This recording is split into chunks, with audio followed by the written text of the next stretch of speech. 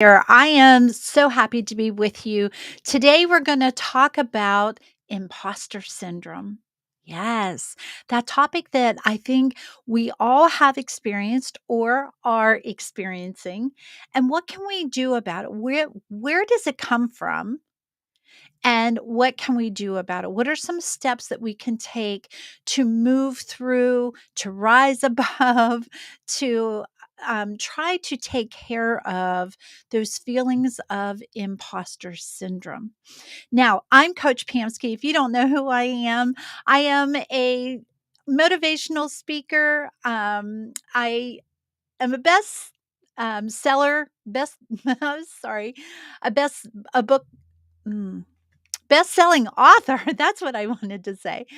I'm a best-selling author, and I am the creator of Pamsky's Place, which is a virtual life learning center that is for women who are experiencing chaos and stress so that they can reduce that stress. And Pamsky's Place is all about the 6 pillars of self-care with Christian values.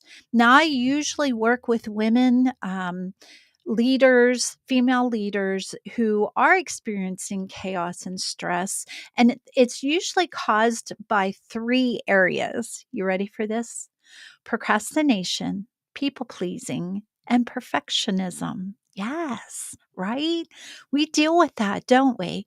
And so, what I do is I help them eliminate the stress. We look at, okay, are they experiencing any one of these three? And what can they do to reduce that stress and make stress a source of strength? So important. So important. Why?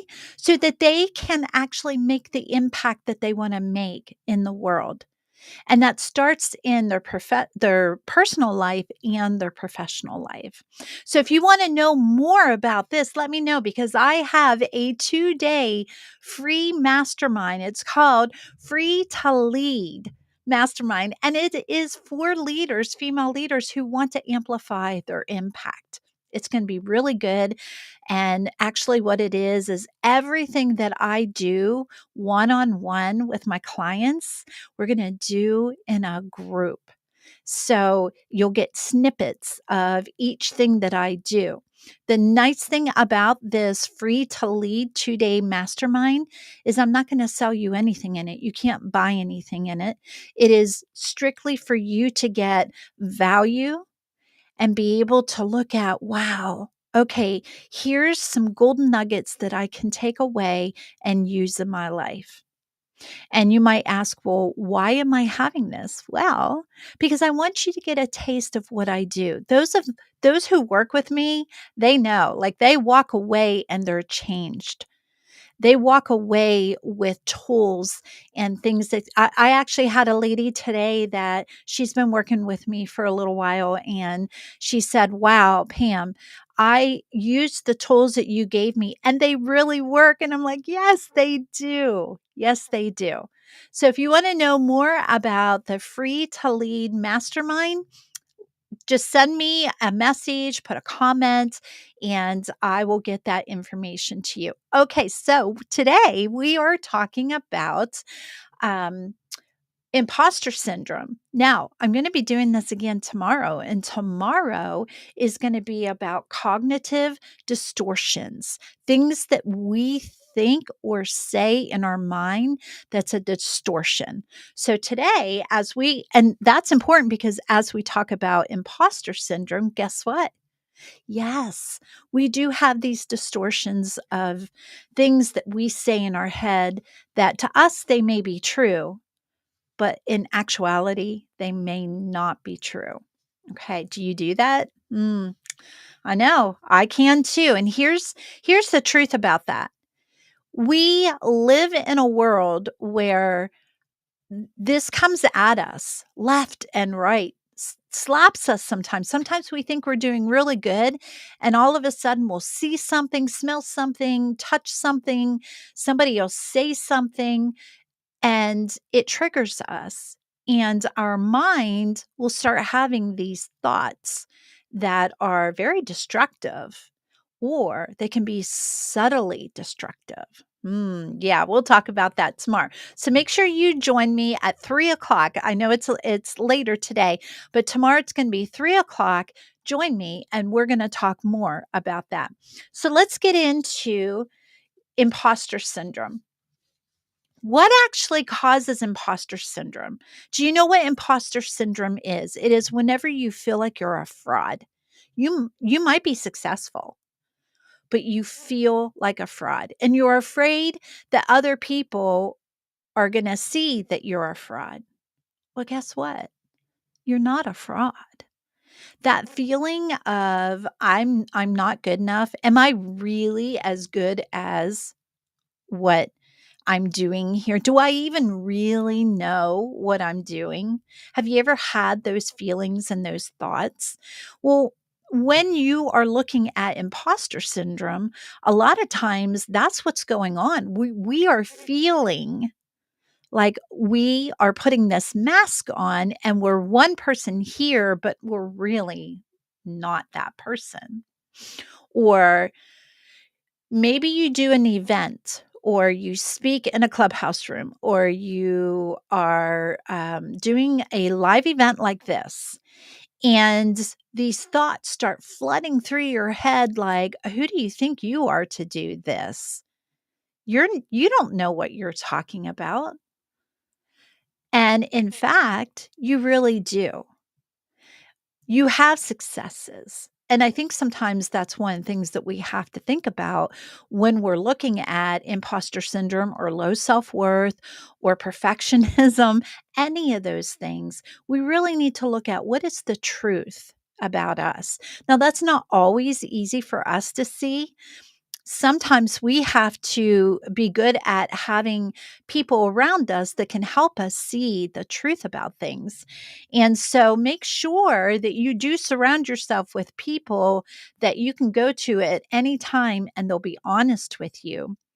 And someone who's not always going to give you what you want to hear, but the real truth. Because, we're not perfect. We're going to make mistakes. But that doesn't mean that we're a failure. And it doesn't mean that we're not successful. Imposter syndrome tries to take and steal that success from us.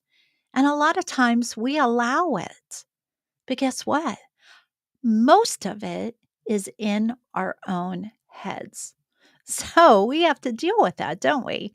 All right. So when we're talking about imposter syndrome, what is the root? What causes us to have imposter syndrome? Well, one of the first things is it could be the way we grew up. If you grew up in a home where there are high expectations, hmm, you might feel like you can never meet the mark. You might feel like every time I try, I'm just not good enough. Have you ever felt that way? Maybe you had parents that were really strict or helicopter parents where you didn't have any room to grow, where you weren't able to adventure out a little bit and you felt like you always had to get the check marks, everything checked off. Everything had to meet exactly what their expectations were. Mm, that's hard, isn't it? And I know for me, one of my things was, I never felt like I was good enough. I never felt like I could quite do it enough or right, and there was always a punishment for it. Whether and it was really confusing for me because there were times I would do it the way I thought I was told to do it, but then it wasn't the way I was being told, it wasn't the way that I was told to do it. And then that would switch later, and I would be really confused because I'd be like, "Well, I thought I was supposed to do it this way." So, no matter what kind of home you grew up in, it could be the source of it. And sometimes our achievements can closely be related to how we feel as adults. The achievements that we tried to achieve when we were younger and failed at or didn't quite get it can affect us as adults. So that's one source. Another source is overprotective or overly critical parents. Now, I know I don't want to pick on parents. Um, Most of our parents did the best that they could with what they had, where they were, what was going on with them. So I don't want to beat up parents, but we also need to understand that the way we grew up is a foundation of who we possibly are as adults, or what we carry into our adulthood is the way I should say it, because who we were created to be is who we are. But we sometimes can have where a parent might be overly critical, and we feel like we're dumb, not enough, can't do it. We can even take that criticism and pour it on ourselves, start telling ourselves the things that we heard when we were growing up. Now, I will say there are times where parents have good intentions, and maybe what they said as a child, we took it as we're not enough, or they're criticizing us, when in fact, maybe they weren't. But as children, that's how we took it. And then we run with it, because I know that, especially working with clients, sometimes their perspective, may not be exactly what happens. But because they're children, we think with a childlike brain, and we don't have all the information. And then that gets distorted, and then we carry that into our adulthood. So sometimes that can be the case. But if you have an overly critical parent, that really can foster that belief that you're not capable of doing something, or you can't accomplish, or you're not good enough. And that can be hard. That can be very hard, and it can be challenging to overcome that. But here's what I'm gonna say, is if you're challenged with the belief that you can't do it, or you're not enough, I'm gonna say, look, first of all, that is not true. Second of all, you can do something about that. Just because that is a root in you doesn't mean it has to stay there. When you plant a garden, you till the ground and it's beautiful, and you put all your seeds in, and you pat the dirt over the seeds, and you wait for it to rain, and the sun comes out, and eventually that seedling starts to grow. But what else tries to grow in a garden? Weeds? Absolutely. And those weeds can choke out that seed. It is your job to make sure that those weeds in you that have been planted, that you rip them out by the roots. And why do you rip them out by the roots? Because if you take a weed and you just snip it, guess what? Weeds grow really fast. And that weed didn't really go away. You just made it shorter. And that's sometimes what we do when we're working with some of the things that we're dealing with, is we'll just snip it. And we think, okay, that takes care of it. It's kind of like putting a Band-Aid on something. That doesn't take care of it. It just covers it up. It's still there, and it will grow. So instead of snipping the weed in you, which might be one of the things I look at when I think about this, is I believe affirmations are really good. I believe there's a place for them. But I also believe that if you do not get to the root of a problem, and you are only using affirmations, there's going to come a time when that affirmation doesn't seem to be really working, or it worked for a little bit, but then you're right back, and you start beating yourself up, because you're like, why am I thought, I thought I was doing better. Well, you were, but you never took care of the weed that was in there. You just snipped it. So if you go in and you actually dig that weed out by the roots, guess what? The weed is gone. That weed is gone. Now here's the thing about that is when you pull a weed out by its roots, you need to replace it with something good. Otherwise, another weed will try to grow there.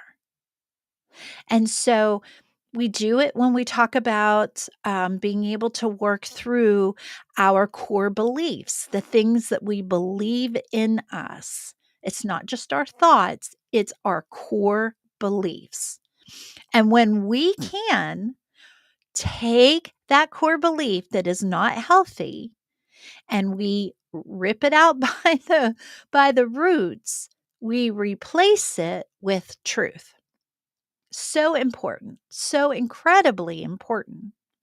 And so, as we're looking at, okay, here are the sources of imposter syndrome. Another one is maybe you were looked at according to your achievements, like if you were in sports and that was your identity. Oh, this is a big one. If your identity is wrapped up in what you do or what you did, and how good you were at that, guess what? At some point, your identity is going to get rocked. Why? Because that thing that your identity is wrapped up in, if it gets taken away, it leaves a gaping hole, if that's where your identity comes from.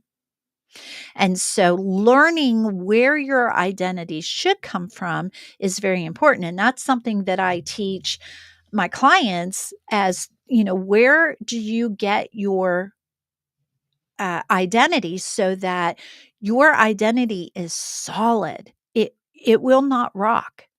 If things disappear, if your job disappears and your identity is not in your job, guess what? Yes, there's grief that needs to be done. There's, a lot of hard things come out of that, but it doesn't rock your identity.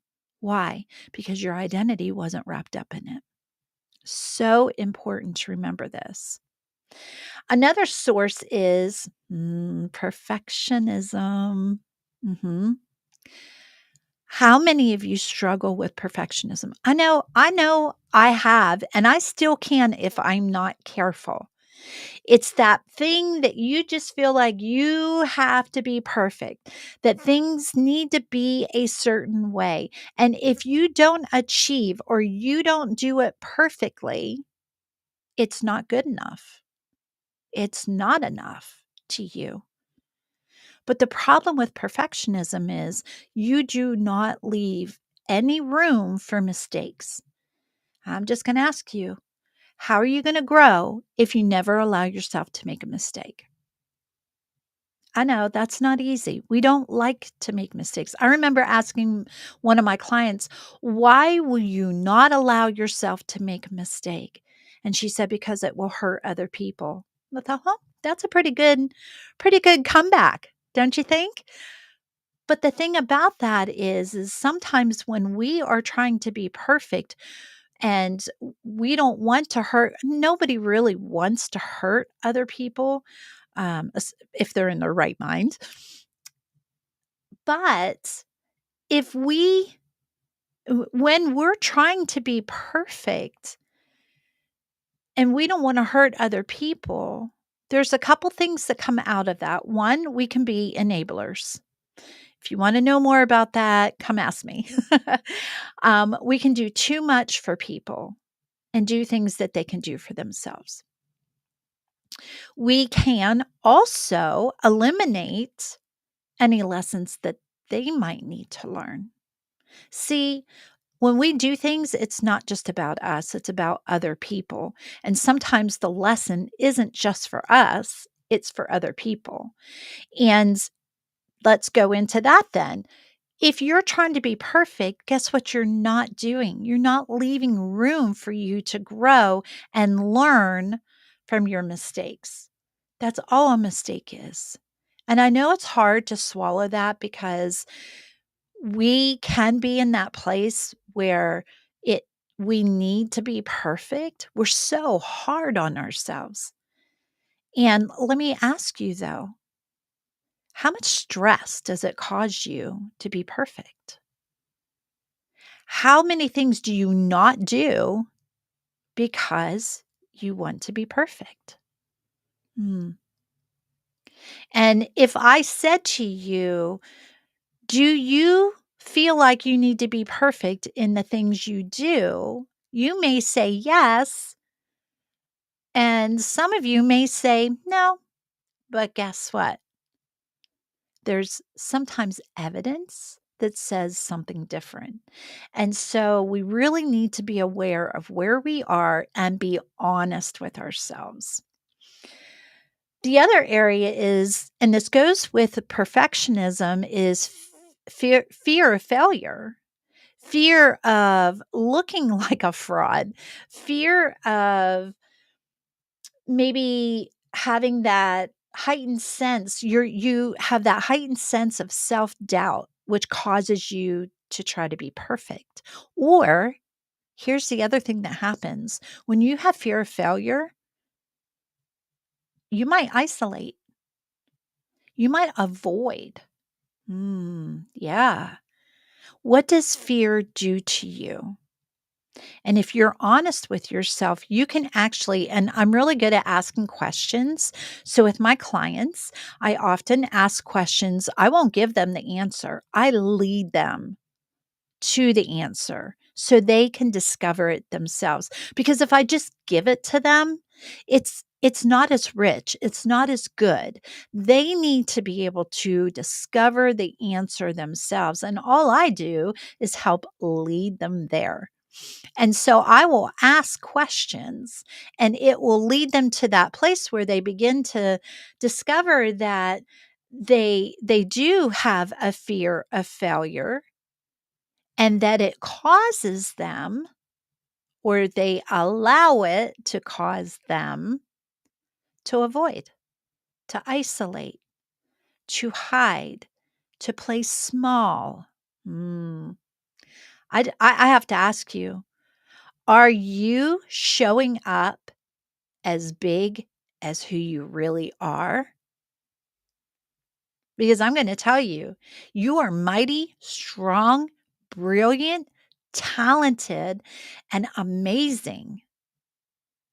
And yet, do you play small? And my question's going to be, what causes that? What causes that? Why are you not out there being the most amazing person that you really are? Yeah, because but when you hear those words, isn't it like, oh, wow, because you are. You just don't believe it. And so that's some of what I do when I'm working with my clients. Another one is low self-esteem, which that's kind of a given. If you have fear of failure and you have perfectionism and you're self-critical, you are going to have low self-esteem, low self-worth.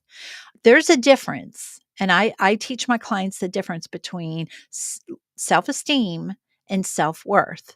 And if you're gonna go deep, it's self-worth because it's what you are worth. And how do you value you? And that's what self-worth is all about. How do you value you? How do you see you? And if you have any kind of dysfunction in your history, in your family, and maybe family was good, but then you got married and there was dysfunction in your marriage, whatever it was, you can still carry stuff from that that hinders you from being able to shine and be the leader that you want to be. And when I say leader, I'm thinking of moms, I'm thinking of pastors and religious leaders and ministry leaders. I'm thinking of CEOs. I'm thinking of people who are leading groups to help them. Whatever, business owners, entrepreneurs. Anyone can be a leader. Look behind you. Is someone following you? If they are, or do you secretly want to be a leader and you just aren't in that place yet that you feel like you can be? Mm, that's a good one, isn't it? So, number 7 is, what previous experiences have you had? What previous circumstances happened that causes you to feel these certain things? Whether you feel they could reinforce some of what you are feeling. So they're not the initial thing that caused the low self worth, but maybe they're things that reinforce or try to say, see, you are a failure. See, you are a bad mom. See, you really can't do it. Those circumstances along the way like to pound in that message of you are not good enough. And that's where some of your imposter syndrome comes from. And then the last one is different transition periods in your life, talking about maybe you lost a job, and so you had to move to another job, or maybe someone died that you love, that you were very close to, or maybe you had to move across the states. Different transition periods like that can also cause, first of all, stress, and cause that feeling of insecurity. Because whenever you're making changes like that, it can cause insecurity because you don't have that solid ground that you had where you were, or the person that you love, they're not there anymore. And that might make you feel insecure. So I'm hoping that you noticed 3 things that all of this, everything we talk about, whether it's people pleasing, procrastination, perfectionism, imposter syndrome, setting boundaries, all the things that I put together, I hope that you recognize something, and that is there are 3 things that each one of these things that we're mentioning circles around. You ready? What they are? And this is a golden nugget, and I want you to walk away really thinking today about this. We talk everything wraps around that we talked about in value, in security, and in love. Okay? Everything, whether it's and your question should be with yourself, where do I get these 3 things fed? How do I feed these 3 things? What do I reach out for to feed my value, my security, and my love?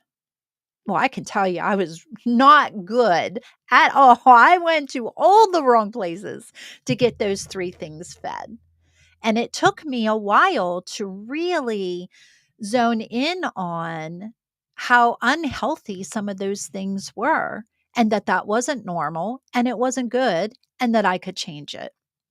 And so that's something I want you to be thinking about, because when we talk about imposter syndrome, there are things that we can do to combat, to overcome, to rise up out. Now, that does not mean that it doesn't surface again.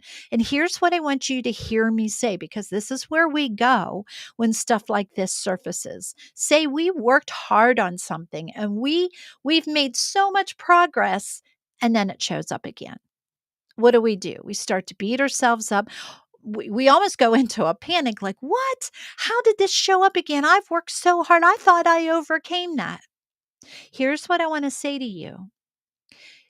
You live in a fallen world. You do not live in a perfect world. Do you agree with that?